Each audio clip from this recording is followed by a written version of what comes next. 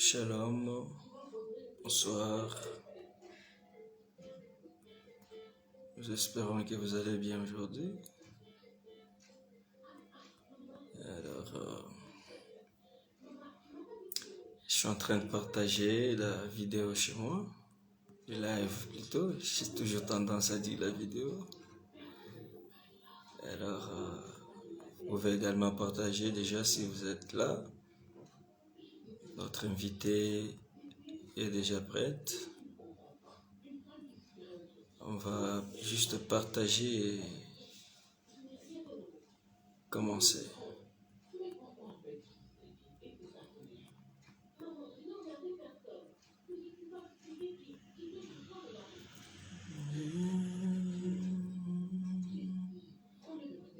Tu es mort, je suis honoré et touché par ta miséricorde.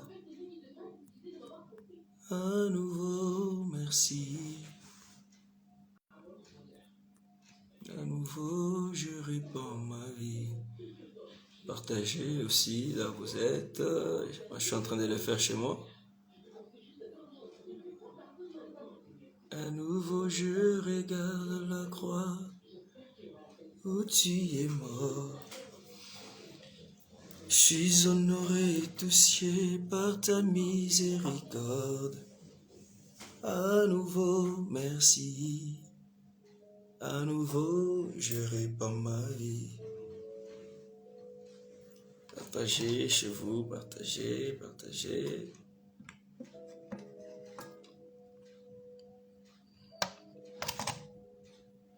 Partagez la vidéo si vous êtes là. Je vois Nawej Abigail, nous te saluons. Je vois Frank Menda, nous te saluons. Je vois Strong, voilà. Nous te saluons également. D'ailleurs, c'est elle qui va nous parler. Bonsoir. Alors, bénissons le nom du Seigneur. Voilà, je vois, il y a des gens qui sont en train de taguer les autres. Merci pour faire beaucoup plus de bruit. Nous voulons avoir des gens qui vont suivre ces lives bénissants. Que Dieu soit loué, que Dieu soit loué.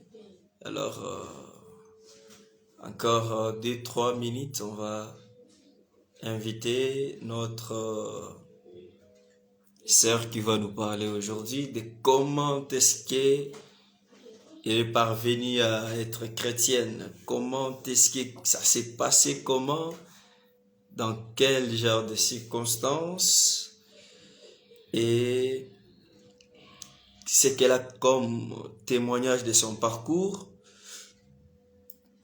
Elle va nous le dire aujourd'hui. J'espère que nous serons très bénis. Voilà. Si vous êtes là, alors, encore une fois, on se manifeste parce que je vais bientôt commencer le live.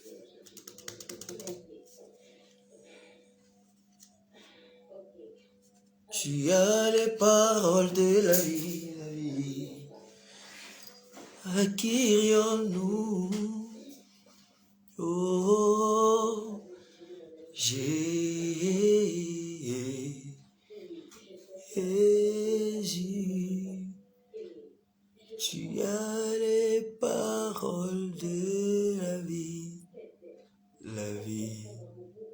à qui irions-nous? Ok, partagez le live.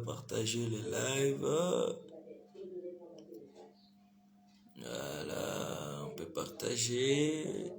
Je continue à le faire chez moi. Vous pouvez également continuer à faire cela, c'est important. Partagez. Alors,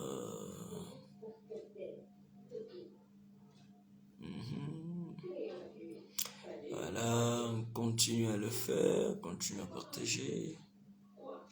Voilà.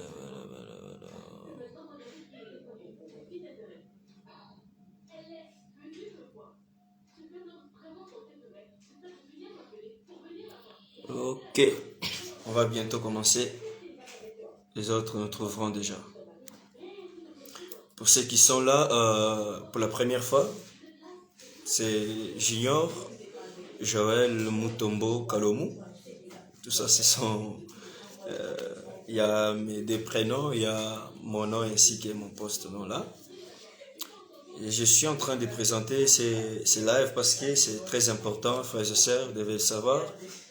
Et lorsque nous réunissons, étant enfants de Dieu, nous avons besoin de connaître le parcours des uns et des autres, là où Dieu nous a pris et comment est-ce que Dieu est en train de marcher avec nous. Sans plus tarder, je dois lancer déjà l'appel à notre invité. C'est dès qu'elle est là qu'on va faire une prière du début et voilà, on va commencer.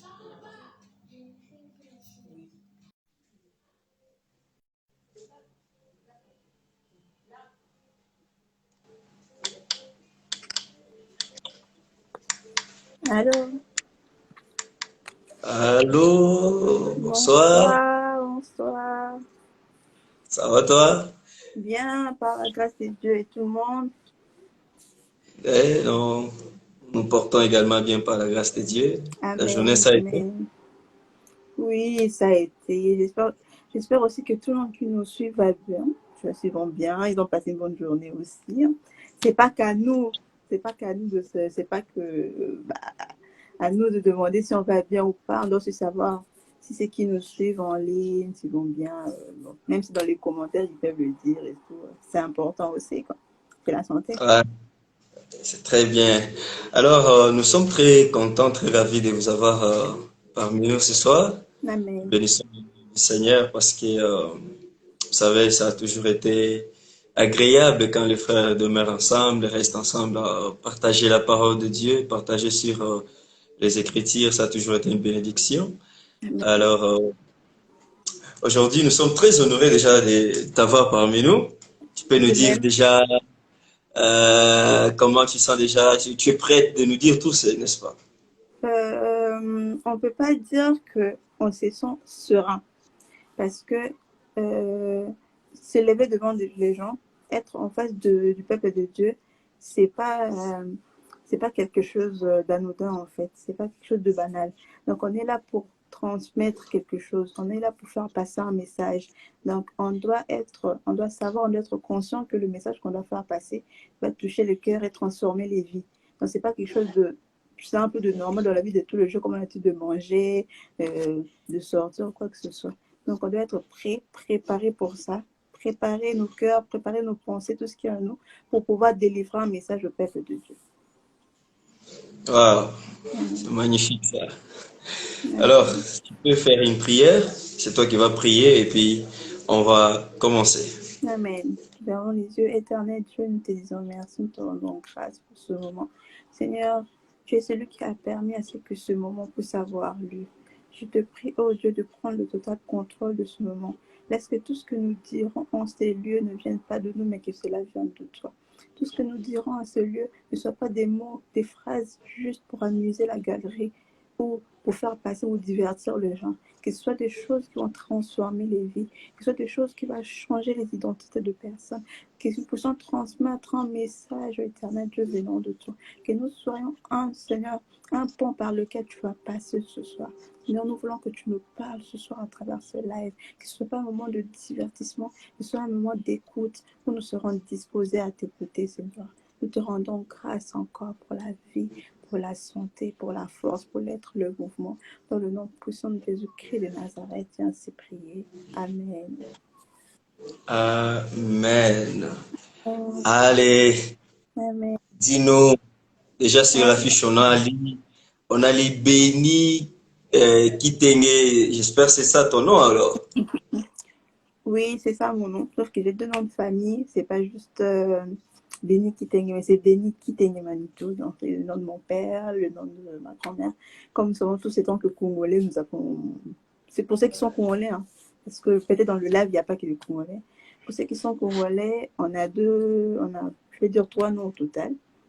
Le nom, le post-nom et le pronom. Bon, il y a ceux qui ont des surnoms aussi, parce que dans ma famille, il y a des surnoms. Ceux qui ont deux Ah bon. prénoms. Du coup, bah, pour ceux qui n'ont pas de surnom, mais en majorité, on a un nom, un post-nom et un prénom. Ah, super. Alors, Béni Kitenge, qui es-tu en fait? Les gens te voient aujourd'hui en live, on est en train de parler du parcours dans la marche chrétienne.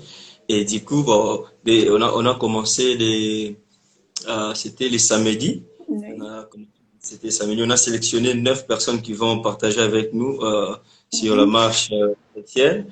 Et tu es déjà la quatrième ou cinquième personne, mais déjà la première femme qu'on doit voir ici en train de témoigner. Les gens se disent, mais c'est qui celle-là? Elle est qui? Qui est bénie? Qui t'aime? Premièrement, si je pourrais introduire par quelque chose, je dirais Denis Kiteng, c'est un enfant de Dieu. Vraiment. Amen. Parce que là, c'est l'identité de base. Bien sûr, je ne peux pas dire que je suis africaine. Tout le monde le sait. Quand on voit ma couleur de peau, je suis africaine. Là, bon, je peux juste le dire par formalité. Mais la première chose à dire, c'est que je suis enfant de Dieu. Je suis enfant de Dieu, né de nouveau. Parce que là, c'est la première identité qu'on a. Et là, je m'appuie pour ça. On me demande vraiment mon identité en vrai. Bien sûr, la présentation, présenter les parents, je suis telle mère, tel père, peut venir après pour que je peux dire que non, je suis née d'un père congolais, d'une mère congolaise, j'ai des frères et sœurs et tout ce qui suit. Mais vraiment, ma première base, si on me demande de me présenter, je dirais en premier que je suis enfant de Dieu. Béni Kitenge, enfant de Dieu, c'est la présentation la plus importante pour elle. Et on aimerait savoir, Béni Kitenge, enfant de Dieu, comment on est enfant de Dieu? Ça se passe comment? Il y a des gens qui veulent savoir, elle s'est dit enfant de Dieu, mais en fait, elle peut bien nous expliquer ça. C'est quoi être enfant de Dieu? Enfant de Dieu, c'est un peu l'identité qu'on reçoit après on ait accepté Christ comme Seigneur et Sauveur dans nos vies. Quand tu acceptes Christ comme Seigneur et Sauveur, l'identité que tu obtiens de lui en premier, c'est de devenir enfant de Dieu. Parce que nous le savons avant que nous n'étions pas enfants de Dieu. Nous sommes enfants de Dieu maintenant par adoption. Par rapport au sacrifice de Christ, parce que nous savons que le seul Fils unique de Dieu, c'était Christ. Et après le sacrifice de la croix, nous sommes devenus enfants de Dieu par adoption. Et le fait pour acquérir cette identité d'enfant de Dieu, il y a, comment je peux dire, il y a, c'est quel mot que je peux utiliser en fait? Le seul moyen d'acquérir cette identité-là, c'est d'accepter Christ comme Seigneur et Sauveur. Et le fait qu'on a accepté Christ, et j'espère que c'est votre cas aussi, le fait d'accepter Christ comme Seigneur et Sauveur, c'est ça qui fait de nous des enfants de Dieu. Même si c'est par Ah, adoption, mais nous sommes enfants de Dieu. C'est qui est sûr. ok. Alors, enfant de Dieu, lorsque déjà vous vous expliquez ça, on sait comprendre que vous êtes quelqu'un qui maîtrise un peu beaucoup la Bible là. Les gens se disent, mais comment elle peut aussi maîtriser les Écritures? Elle est devenue quand? Cette vie-là d'enfant de Dieu, elle est devenue quand? Parce qu'apparemment, lorsque tu t'exprimes, c'est comme si quelqu'un qui a assez d'expérience, hein. Je veux dire maîtriser les Écritures, je pense que c'est un peu trop fort. C'est dire maîtriser les Écritures, parce que les Écritures, on ne le maîtrise pas. On ne maîtrise pas Ok. les Écritures. Je m'explique pourquoi. Les Écritures, on ne les maîtrise pas parce qu'à chaque fois que tu peux lire, bon, j'espère que je peux vous tutoyer, à chaque fois que tu peux lire les Écritures, tu découvres de nouvelles choses. Le seul verset, tu peux avoir une révélation A aujourd'hui, une révélation B demain, une révélation C demain. Donc, tu ne peux pas dire, moi, je pars du principe qu'on ne maîtrise pas les Écritures. C'est le Saint-Esprit qui nous inspire pour découvrir, en fait, la vérité qui est cachée dans les Écritures. Si ce Saint-Esprit-là s'est décidé aujourd'hui de ne plus nous révéler les vérités cachées dans les Écritures, nous ne saurons rien. Tu peux te baser sur le dictionnaire pour expliquer des mots, mais le vrai sens ne ressortira pas de cette parole que tu lis. Ce sera un livre que tu lis et que tu apprends les définitions. Mais alors, Ok. c'est le Saint-Esprit en nous qui nous permet de sonder les Écritures. Donc, on ne peut pas dire qu'on maîtrise les Écritures parce que les Écritures deviennent nouvelles tous les jours. À chaque fois que tu lis les Écritures, à chaque fois que tu ouvres ta Bible, tu peux lire ce qui arrive. Je ne sais pas si vous connaissez, il y a certains pasteurs qui peuvent faire un séminaire de 2 mois avec un seul verset de la Bible. Mais comment ils arrivent à faire un séminaire de 2 mois avec un seul verset, un seul thème et un seul verset? C'est le seul verset.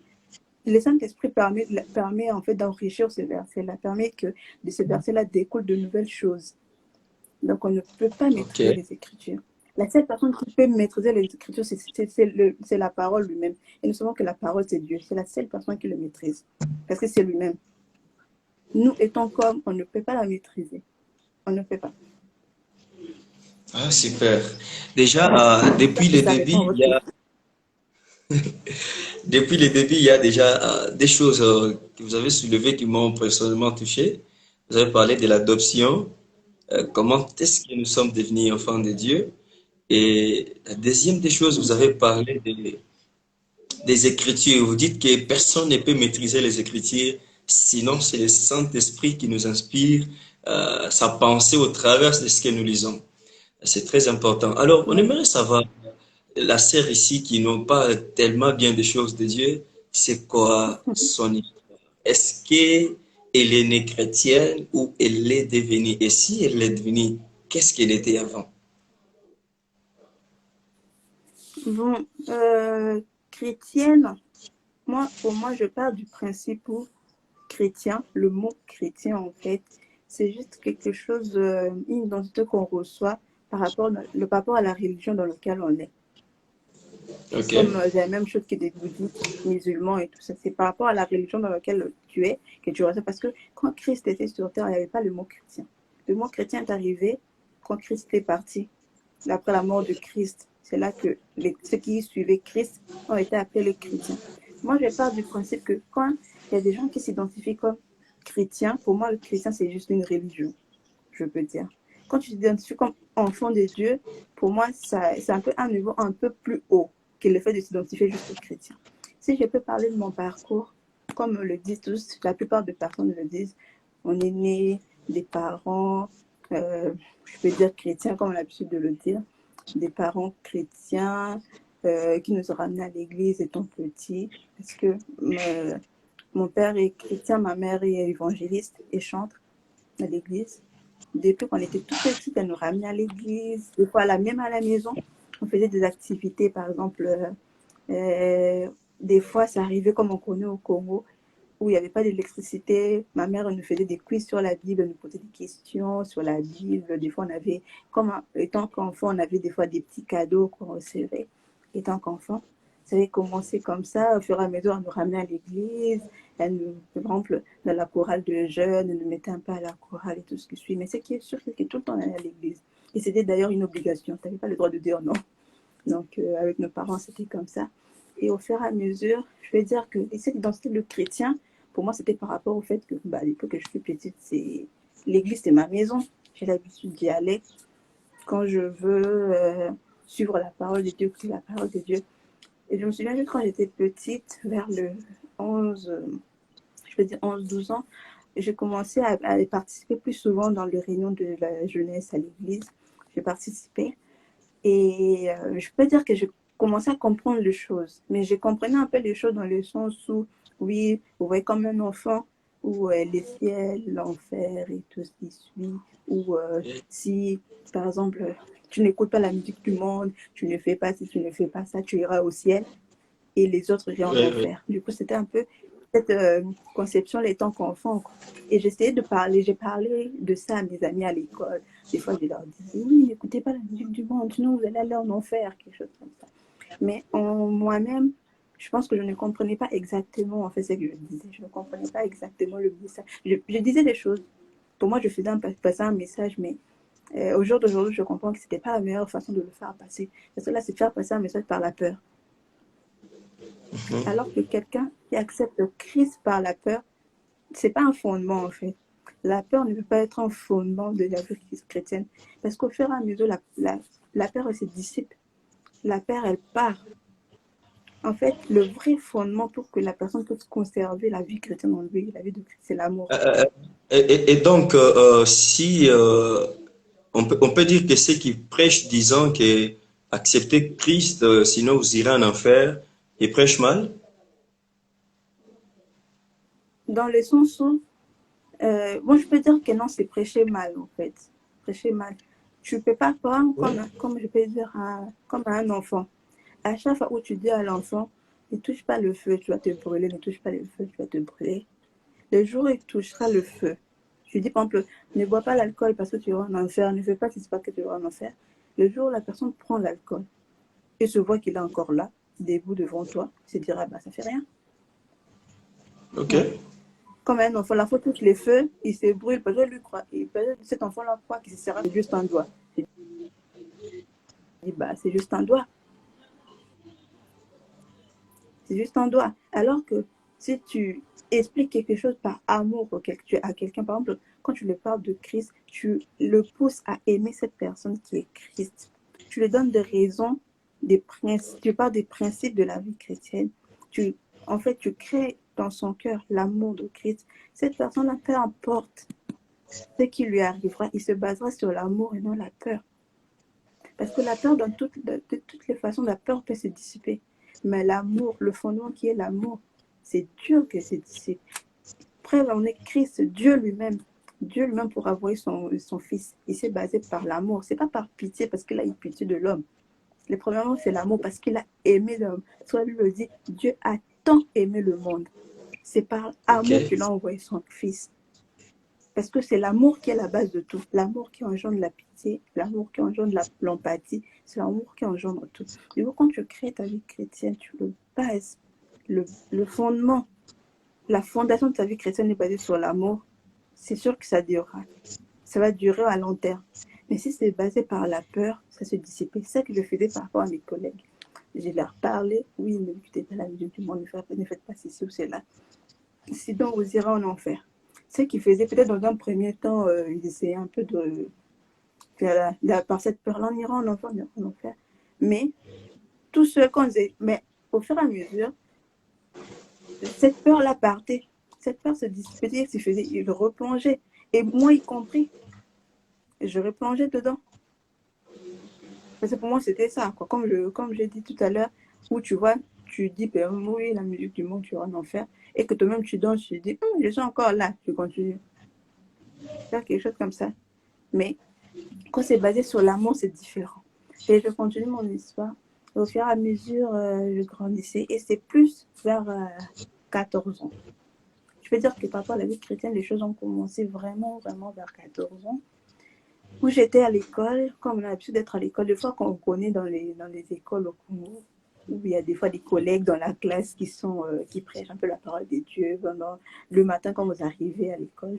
Et Ouais, les collègues comme ça ne manque pas, hein? ça ne manque jamais. On a toujours toutes les catégories, ce qui dérange à l'école, ce qui prêche la parole de Dieu, il y a toutes ces catégories.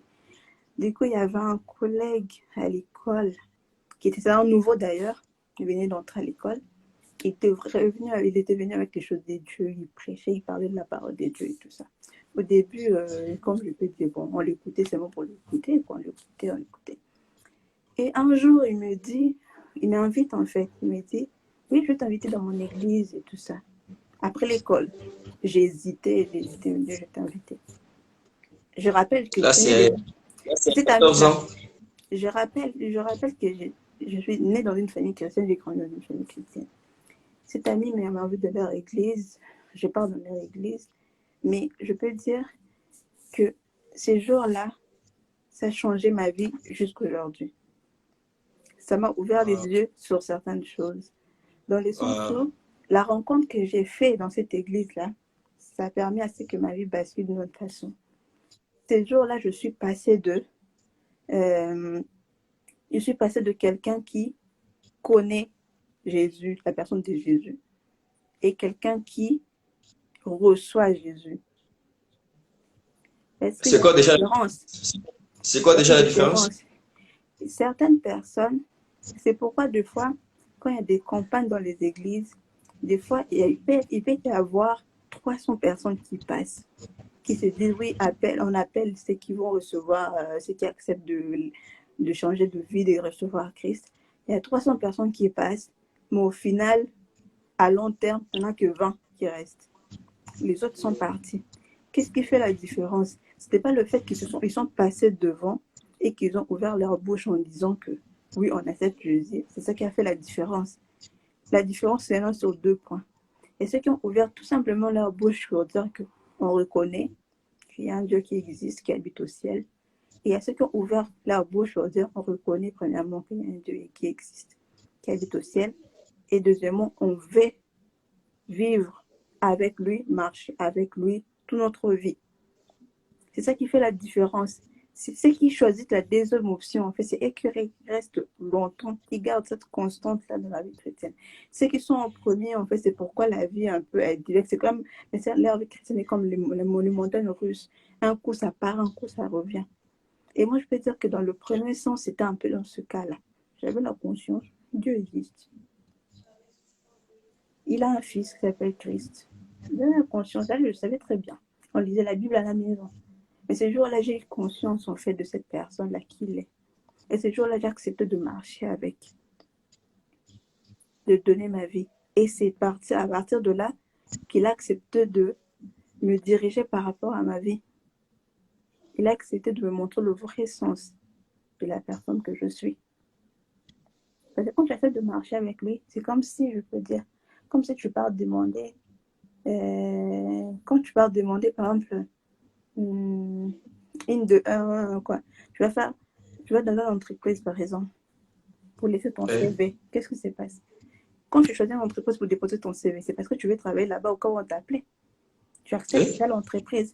Et au cas où l'entreprise t'appelle, on te propose un poste. On te permet de découvrir, en fait, quelle sera ton utilité dans cette entreprise-là, dans quel domaine tu vas te focaliser dans cette entreprise-là.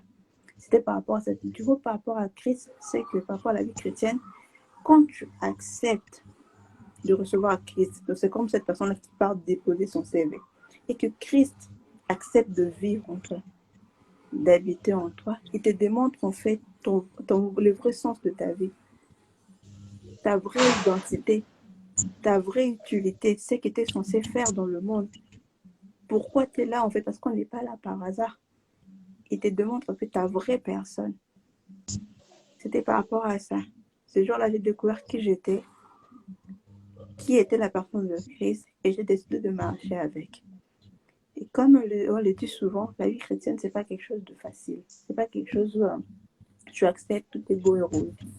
Il y avait les hauts et les bas dans ma vie. Il y avait des moments où aussi je t'ai dit, bon, c'est trop dur. Je laisse tomber, je fais autre chose, quoi. Mais ce que j'ai toujours aimé dans ce point-là, c'est l'amour de Dieu. Dieu, comme on dit, c'est pas pour rien que la Bible dit que c'est le bon berger qui ramène ses brebis. Parce que quand le brebis s'écarte, il est toujours là avec son bâton pour le ramener. C'est pas pour rien que David le dit. C'est pas pour plaisanter, c'est pas pour remplir les pages de la Bible. Il le dit par révélation. Déjà, c'est sur ce point-là que j'aimerais déjà qu'on glisse un peu avec une question là. Il y a des frères et sœurs qui nous regardent ou qui regarderont cette vidéo après. Et lorsqu'ils vont entendre tout ça, ils se disent, lorsque nous donnons notre vie à Christ, il y en a qui ont donné leur vie à Christ, qui ont fait une rencontre personnelle avec Christ comme vous l'avez fait autrefois. Mais ils se retrouvent que il y a certaines choses qu'ils faisaient avant d'être chrétiens. Ils se trouvaient normal dans cette vie-là, c'était bien. Mais lorsqu'ils sont devenus chrétiens, ils ont lu la parole de Dieu, l'Esprit Saint les a convaincus dans le cœur que ces histoires-là, c'était pas bon pour un enfant de Dieu. Un enfant de Dieu a un mode de vie, un enfant de Dieu a une façon de vivre. Mais une fois, il se retrouve en train de faire la même chose qu'il avait abandonné l'autre fois. Et il peut laisser ça, du coup, aller prier, se repentir. Mais 2, 3 mois après, il se retrouve dans la même chose, dans le même péché, disons ça comme ça. Et il aimerait savoir vraiment, est-ce que c'est possible pour un chrétien de se retrouver dans ce genre de choses? Il y en a qui se découragent, qui disent, bon, en fait, je trouve que ces histoires-là de l'Église, des histoires d'être chrétien, là, c'est pas fait pour moi. Ils abandonnent.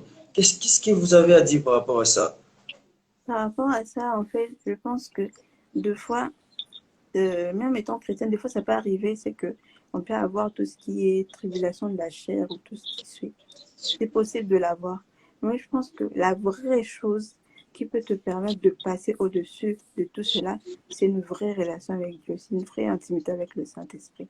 Quand tu fais du Saint-Esprit ton ami de tous les jours, ta source de vie de tous les jours, il y a beaucoup de choses qui deviendront naturelles. Il y a certaines choses avec lesquelles tu vas plus te commencer à te battre.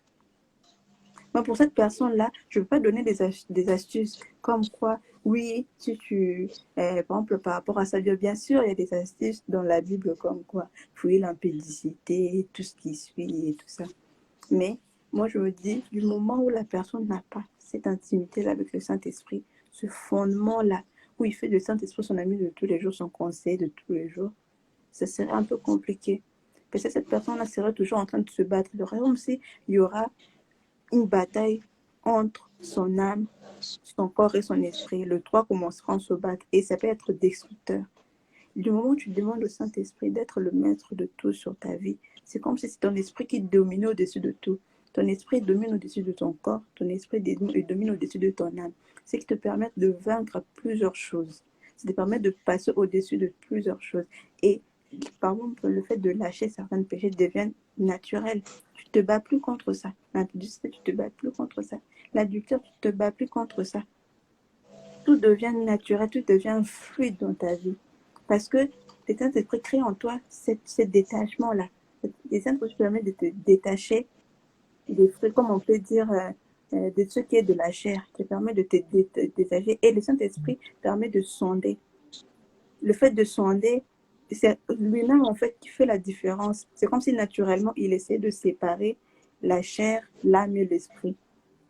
Mais en mettant ton esprit au premier degré, en mettant ton esprit au-dessus de tout. Du coup, là, c'est ton esprit qui dirige, en fait, ton âme et ton corps. Ton âme et ton corps est soumis, en fait, à l'action de l'esprit. C'est par rapport à ça. Et quand ton esprit est au-dessus de tout, sois sûr que tu es capable de tout vaincre. Et cette dimension-là, elle est à la portée de tous les chrétiens ou bien c'est juste pour certaines catégories de personnes, je sais pas, Cette dimension, pasteurs ou je sais pas. cette dimension est à la portée de tout le monde. Parce que la Bible dit quand le Saint-Esprit est descendu le jour de la Pentecôte, bien sûr, ça avait commencé par les disciples qui étaient là. Mais ce qui en fait, la Bible même dit que l'apôtre Pierre, il est sorti, il a évangélisé, il a gagné plusieurs âmes. Dans ces âmes-là, il y avait ceux qui n'avaient, peut-être, je pense, d'après ce que moi je pense, parmi le nom, parce que la Bible, quand la Bible compte ces nombres d'âmes, je ne pense pas que tous ceux qui étaient là aimaient peut-être Jésus de son vivant. Peut-être dans ces âmes-là, dans ces personnes-là qui ont reçu le Saint-Esprit, il y a d'autres qui ne l'aimaient pas de son vivant. Si ceux qui ne l'aimaient pas de son vivant ont pu recevoir le Saint-Esprit, juste à travers la prédication, le fait d'écouter la prédication de Pierre et d'accepter de se convertir, ils ont été baptisés du Saint-Esprit. Alors la personne qui a accepté Christ, pour quelle raison il n'aura pas? Parce que l'intimité avec le Saint-Esprit, c'est toi qui la crée. Beaucoup de gens croient que quand tu reçois le Saint-Esprit, celui qui crée l'intimité, non. L'intimité, c'est toi qui la crée. Parce que le Saint-Esprit qui est en toi, c'est toi qui le nourris. En fait, Comment on nourrit, comment on le crée. comment on nourrit le Saint-Esprit? Le Saint-Esprit, c'est une personne à part entière. Tu ne peux pas C'est vivre vrai? dans la même maison qu'une personne sans le parler, sans Ok. communiquer avec. Il faut que tu enrichis, enrichis, par exemple, par exemple, toi, tu le nourris, quelque chose comme ça. Et le fait de nourrir le Saint-Esprit, c'est au travers de la prière, au travers de la parole. Tu sais le nourrir aussi. Tu peux parler avec le Saint-Esprit comme on parle avec quelqu'un en face de toi, tu le parles. La Bible dit, des fois, quand des fois, dans les psaumes, tu vois que David, la plupart du temps, c'est qu'il est en train de faire, il est en train de parler. Tu le parles. Tu le parles, tu le dis ce qui t'est. euh, tu le parles comme une personne en peur, tu dis ce qui t'inquiète, comment tu veux voir ta vie, sur quel point. C'est une personne à part entière. Beaucoup de gens croient juste que non, pour parler au Saint-Esprit, il faut être à genoux, les bras en l'air et tout ça pour parler au Saint-Esprit. Non, comme je peux être assis là, je peux être en train de parler avec le Saint-Esprit. C'est une personne à part entière. Quand la Bible dit que non, je vous enverrai un consolateur qui sera là avec vous. La Bible ne dit pas que non. Comme des fois quand on prie, on dit oui, appelons la présence du Saint-Esprit. Non, manifestons la présence du Saint-Esprit parce qu'il est toujours là. Demandons au Saint-Esprit de se manifester encore plus. et non pas appelons-le pour qu'il puisse venir. Parce qu'il a toujours été là avec nous. Il suffit juste de Sérieusement, communiquer. sérieusement, j'avoue que tu me fais du bien là, hein. Ah, c'est Dieu qui permet. Du moment où il t'a enrichi, c'est le plus Ah ouais, important. sérieusement. Mais alors, dis-moi, là, tu te parles déjà de comment le nourrir, comment parler avec lui et tout, comment cultiver l'intimité avec lui. Mais déjà, on essaie un tout petit peu de rentrer. Comment on les reçoit? Les baptêmes du Saint-Esprit, en fait, ça vient quand? Parce il y a les baptêmes d'eau, il y a aussi les baptêmes du Saint-Esprit. Comment ça se passe? Le baptême du Saint-Esprit, il suffit juste d'être disposé, de se disposer, d'ouvrir son cœur à recevoir cela et de faire une simple prière, de prier, de demander à Dieu d'être baptisé du Saint-Esprit. Et pour être baptisé du Saint-Esprit, ça ne suffit pas d'aller juste à la montagne. Tu vas à la montagne pour être baptisé du Saint-Esprit. Tu vas prier. Tu peux être chez toi à la maison, tu fais une prière tout simplement à Dieu que tu veux être baptisé du Saint-Esprit. Et tu seras baptisé du Saint-Esprit. C'est pas de faire des formules magiques ou de faire des cérémonies, d'allumer des bougies à la maison pour recevoir le baptême du Saint-Esprit. Non, tout simple que ça. Des fois, nous avons tendance à compliquer la vie chrétienne. Nous avons tendance à le compliquer. Même Christ lui-même, en venant sur terre, si c'était pour compliquer les choses, c'est pas, il allait venir, je sais pas, même à l'époque, les avions n'existaient pas, mais il allait venir avec un avion. Il est venu tout simplement. La Bible dit, premièrement, il est né dans une maison, dans un truc des animaux, en fait. Il n'est pas Dans une né, c'est pas étable. de notre. Il a choisi tout ce qui était simple. Tout ce qui veut dire que la vie chrétienne est quelque chose de. Ne te complique pas la vie. Même Non, des mais fois, dans certaines religions, en fait, pour prier, il faut avoir un certain livre où il y a tout qui est écrit, il faut le réciter, il faut apprendre une certaine langue. La vie, c'est le simple. Tu pries, c'est comme si tu parlais à la personne qui était à face de toi. La vie, tout a été simplifié. Et en fait, tout est simple, tout est tellement simple, et c'est nous qui essayons de compliquer les choses. Nous le compliquons tellement que nous rendons les choses dures encore, alors que c'est simple. Je ne dis pas que la vie chrétienne en soi, c'est toujours beau et rose. Je ne dis pas ça. Mais je dis qu'elle est simple. Parce que les actions à faire sont simples. Demander le Saint-Esprit, il suffit de prier. L'intimité avec Dieu, il suffit de le développer. Il suffit de prier, il suffit de parler. Parce que la Bible dit dans Philippiens que ne vous inquiétez de rien. Faites connaître vos besoins à Dieu par des prières. C'est simple. C'est tout simple que ça. c'est tout simple que ça. Et comment est-ce que vous trouvez, parce que lorsque vous parlez, on a vraiment l'impression que c'est simple, comme tu es en train de le dire. Mais lorsque nous lisons des affiches, lorsque nous regardons des titres, des thèmes, il y a parfois, on nous prêche, on sort de l'église, la tête qui chauffe comme si on sortait d'une salle où on nous enseignait la mathématique. On se dit, mais c'est quoi cette histoire? Mais tu trouves pas que, ou bien peut-être tu n'as pas encore bien compris ça. Par rapport à ça, comme on dit, dans la vie chrétienne, il y a des niveaux. Il y a bon, niveau, ça peut être niveau bébé spirituel, il y a peut-être au niveau des disciples, au niveau serviteur et tout ce qui suit. Bon, Ah, d'accord. donc c'est facile quand on est encore bébé spirituel, En hein? fait, non, je ne dis pas ça dans ce sens-là, en fait, que si tu es bébé spirituel, c'est sûr que tu ne comprennes pas par rapport à certains thèmes. Non, je ne dis pas dans ce sens-là, en fait. Je suis d'accord qu'il y a certains messages, en fait, qui ne peuvent pas être délivrés à ceux qui viennent encore de commencer dans la foi. Sinon, ça fait. Il y a d'autres messages même qui peuvent scandaliser et tout ça. On le sait. Tout ce qui, par exemple, le message qui tient plus au ministère, qui tient plus au mystère de la parole. Pour certaines personnes qui viennent de se convertir, ça peut scandaliser, ça peut choquer. Mais je suis d'accord aussi que plusieurs serviteurs de Dieu aujourd'hui essaient de compliquer les choses. Parce qu'en ce moment, il y a trop une concurrence comme quoi moi je vais prêcher des mystères, moi je vais prêcher des mystères. Et en voulant trop prêcher les mystères, on passe à côté. En fait, moi je dis, c'est quoi l'essentiel d'arriver dans une église, de faire un séminaire pendant une semaine où tu prêches les choses et à la fin du culte, on demande à quelqu'un qu'est-ce qu'on a prêché, la personne n'est même pas capable de dire qu'est-ce qu'on a prêché. C'est même pas une personne. 5, 10, 15 personnes ne sont même pas capables d'expliquer qu'on a prêché. Bon, qu'est-ce que cette personne-là dira? Que non, c'est eux qui n'ont pas compris. ou c'est juste le message qui a été mal délivré. Parce qu'il ne suffit pas de prêcher des choses compliquées pour toucher les cœurs. Des fois, il faut prêcher tout simplement. Il y a certaines personnes qui ont réussi Christ juste en entendant Dieu est amour. Ils ont accepté Christ. Confiez-vous à Dieu et vous pardonnerez vos péchés, vous serez sauvés. Ça a été simple. Je ne dis pas le fait de prêcher des mystères. Les mystères, c'est mal. Non, non. Non, je suis parmi ces personnes-là qui aiment. Quand on détaille un peu le mystère de la parole de Dieu, on dévoile un peu le mystère de la parole de Dieu. Je suis parmi ces personnes-là qui aiment. Mais je me dis, dans un certain conseil, ce qui est important, c'est d'étudier en fait les personnes de lesquelles on a en face de nous. Étudier la population qu'on a en face de nous. Tu arrives à observer et à étudier les personnes que tu as en face de toi, tu peux déterminer que ce genre de paroles-là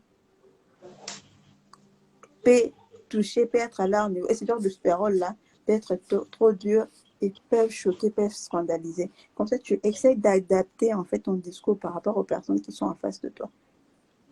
Je dis pas parce que oui, j'ai comment je peux dire, ça fait 5 ans que je suis dans le ministère, là je dois passer directement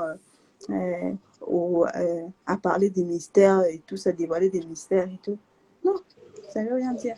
C'est par rapport aussi à la croissance de la personne qui est à l'église. Si je sens que les gens qui sont à l'église, leur manière de croître se développe de plus en plus et leur cœur, leurs pensées sont capables de recevoir en fait cette parole, comme on dit, la nourriture solide, quoi. Cette nourriture solide-là, pourquoi pas? Mais si tu sens qu'ils ne sont pas encore capables pour eux, ils sont encore au niveau du biberon, tu donnes encore ce qu'il y a à ce niveau-là. Et c'est que je ne dis pas en fait le fait de donner ce qu'il y a à ce niveau-là et de le laisser constamment dans cet état-là. Non, tu donnes ce qu'il y a à ce niveau-là, mais au fur et à mesure, tu les aides en fait à monter. Tu les aides à arriver à un niveau un peu plus haut de la vie chrétienne, de la spiritualité surtout.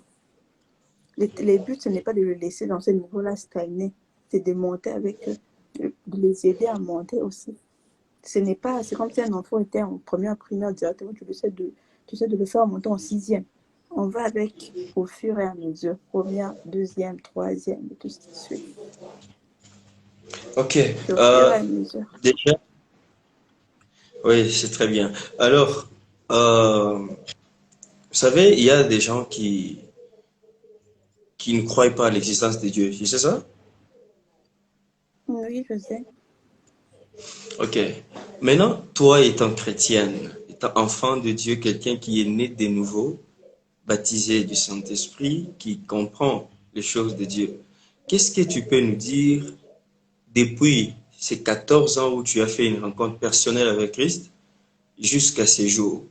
Il y a eu des expériences fortes c'est-à-dire même si quelqu'un te met n'importe quel genre de théorie ici pour te dire que Dieu n'existe pas, tu te dis non, mais c'est que moi j'ai vécu là. Non, Dieu existe. Tu as quelle expérience avec Dieu?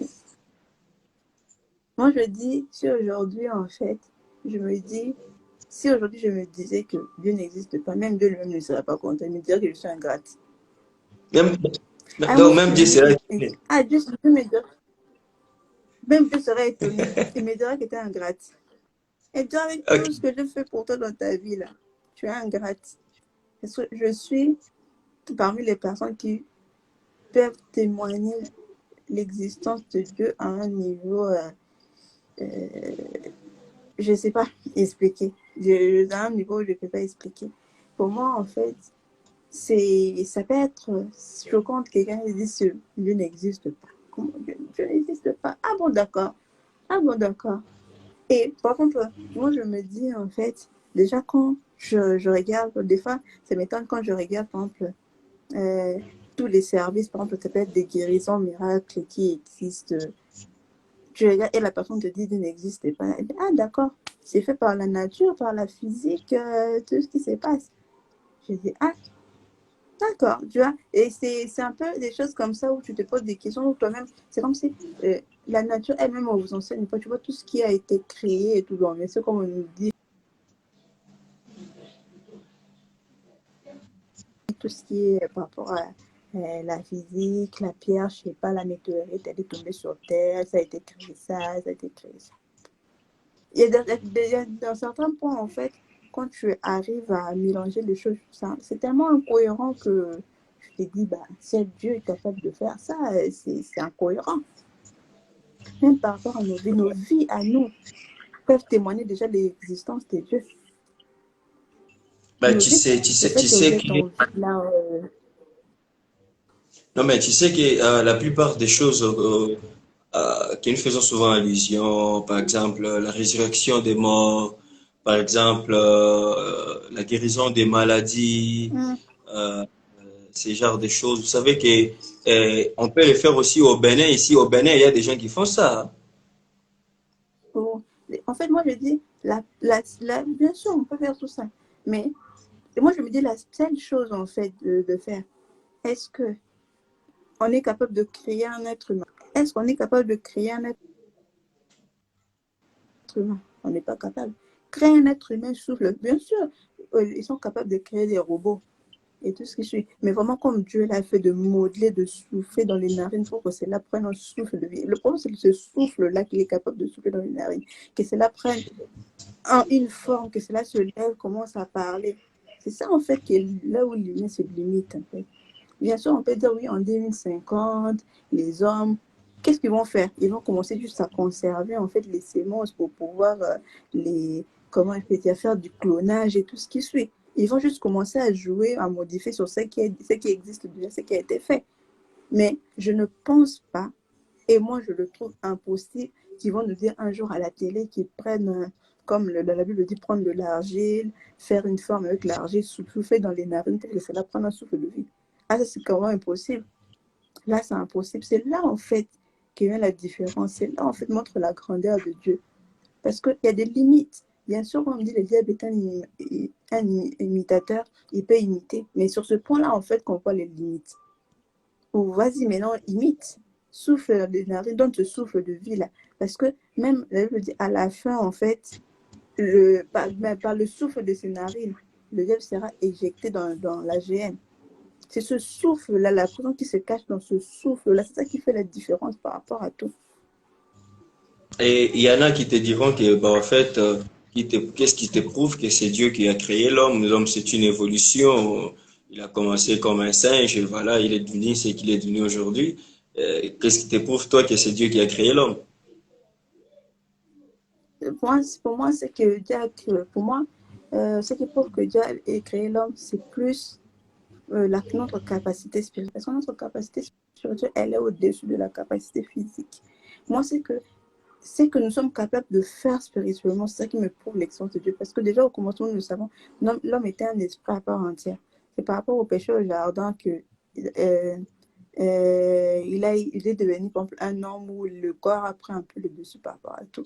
Mais au début, c'était un esprit parce qu'il était capable de parler à Dieu qui est un esprit, de vivre avec Dieu dans le jardin qui est un esprit. C'est plus là, c'était plus ses capacités de l'esprit qui se manifestaient. Moi, je pense que, parce que même en ce moment, quand je dis que, quand je viens de dire tout à l'heure, de développer son esprit au-delà de son âme et de son corps, en fait, c'est ce moment-là que tu quittes le niveau de l'humain normal pour devenir un peu une sorte de divinité. Tu montes un peu d'un cran au-dessus, d'un niveau au-dessus. C'est là, en fait, que tu montres la vraie identité par laquelle tu as été créé. Parce que le corps n'est qu'un enveloppe qui nous permet de vivre, mais la vraie identité, c'est l'esprit que nous sommes. Parce qu'en réalité, en l'homme, c'est l'esprit. C'est l'esprit que nous sommes en Yes. réalité. C'est ça qui montre notre vraie identité. C'est cela. Moi, je dis le niveau où notre esprit est capable d'arriver. Par exemple, tout ce que nous sommes capables, tout ce qui est, comment nous sommes capables, par exemple, tout ce qui peut dépasser, par exemple, tout ce qui est prophétie, parole de connaissance. C'est le niveau-là où ton esprit est capable de voir certaines choses que les gens ne voient pas, de lire dans les pensées de la personne. C'est ce niveau-là où je te dis que ce n'est pas quelque chose d'anodin, quoi. Nous sommes vraiment des êtres supérieurs, ce qui montre encore la grandeur de Dieu, l'existence de Dieu. C'est par rapport à cette grandeur-là qu'on a, qui est liée à notre esprit. Waouh, waouh, waouh, waouh, waouh. Nous sommes Amen. bénis, hein? Bénis, nous sommes bénis. Amen. Ah, que Dieu soit loué. C'est ça le plus important. En tout C'est ça cas, le plus important.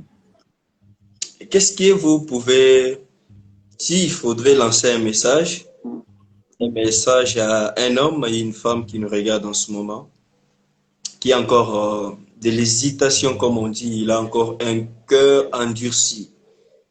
Et lorsque nous parlons, nous faisons tout ce que nous faisons pour le Seigneur, il nous regarde, elle nous regarde, elle dit, bah, ces jeunes-là, ils passent leur temps pour rien. Et la religion, on les a embrayés, une Bible importée pour matérialiser certaine politique et tout. Ben voilà, l'Afrique est là et nous avons oublié nos ancêtres. Il y a tellement de choses qui se disent.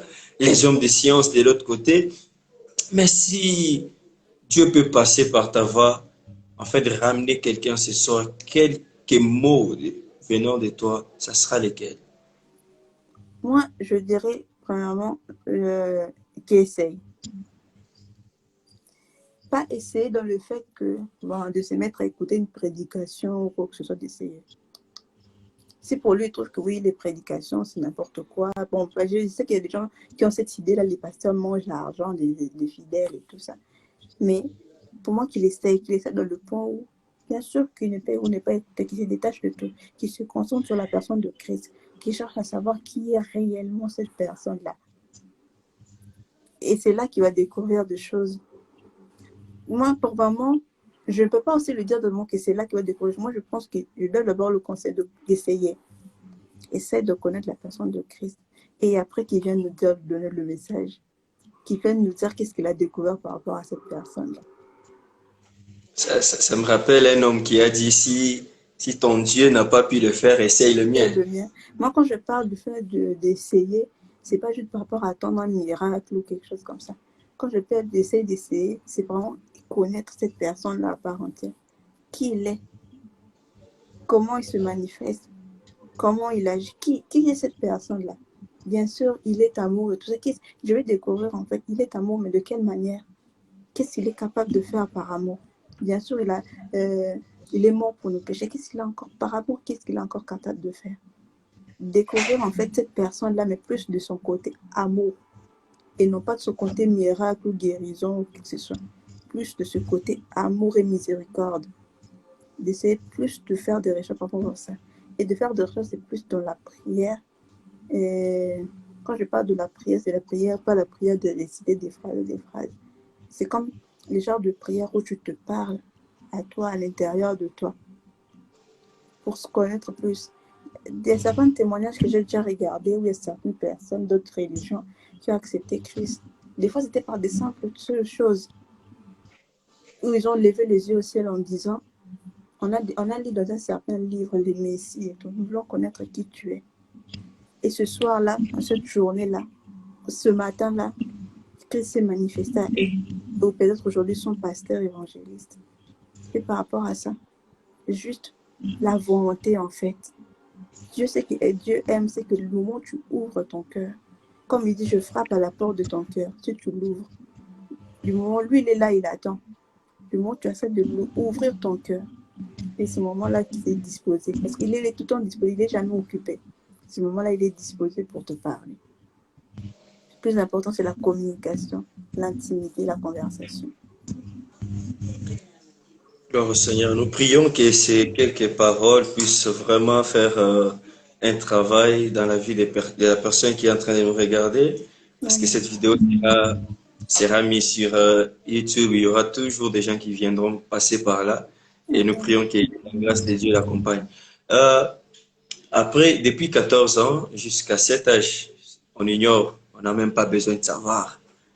Alors, depuis... Oui, la question, j'avais cru que vous avez fini la question. J'étais un peu pressée. La question, c'est celle-ci. Depuis ces 14 ans que tu as fait cette rencontre personnelle, jusqu'à aujourd'hui, si on te demandait de résumer qui est la personne de Jésus-Christ dans ta vie, ta propre vie, qu'est-ce que tu dirais?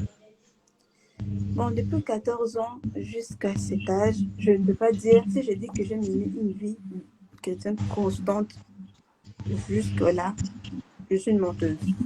Si je le dis clairement. Parce qu'il y a eu des moments d'embûche, il y a des moments de haut et de bas par rapport avec Dieu. Et ce que j'aime avec Dieu, c'est que surtout j'ai aimé pendant tout ce moment avec Dieu, c'est ce côté que je viens de dire tout à l'heure. Amour et miséricordieux. Il s'est montré tellement amour et miséricordieux sur ma vie que c'est le plus grand témoignage pour moi. C'est pourquoi je dis, si aujourd'hui je disais que Dieu n'existe pas, je serais ingrate.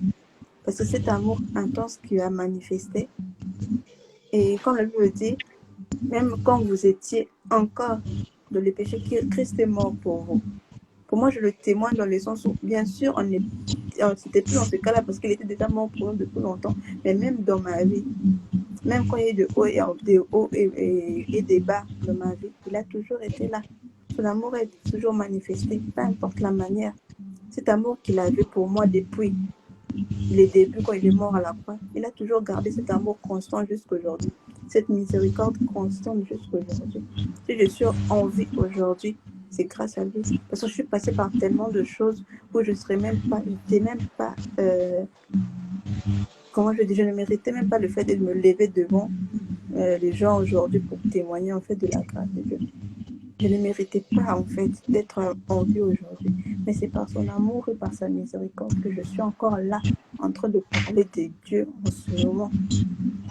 Vraiment, je suis réservée toutes ces années-là.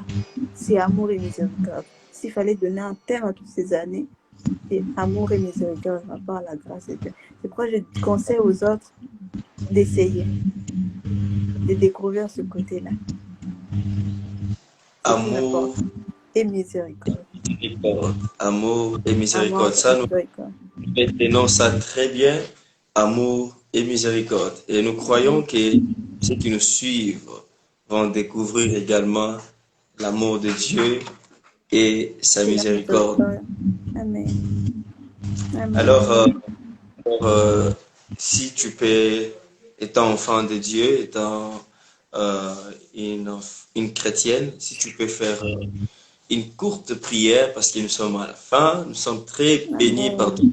Nous sommes très bénis, nous aimerions, parce qu'il y a des gens qui nous regardent, vous savez, et ils disent, ben voilà, celui-là, c'est un chrétien, ben on débarque là, c'est un lingala, voilà.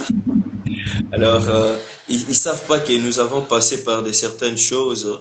Ils savent pas que même étant chrétiens, comme vous venez de le dire, il y a des tribulations de la chair. Parfois, nous nous retrouvons en train de mal agir, de mal parler, de convoiter, de faire de certaines choses. Et ils se disaient, bon, moi, comme je le fais, je suis pas fait pour ces choses-là. Mais en écoutant ce que tu viens de dire, il y a quelqu'un ce soir qui est en train de dire, ah, c'est possible pour moi aussi de devenir chrétien malgré toutes mes faiblesses ici. C'est possible pour moi aussi de croire en Christ et de le servir malgré que je suis tellement mauvais. Tout simplement parce qu'en t'écoutant, il a découvert l'amour de Dieu et sa miséricorde.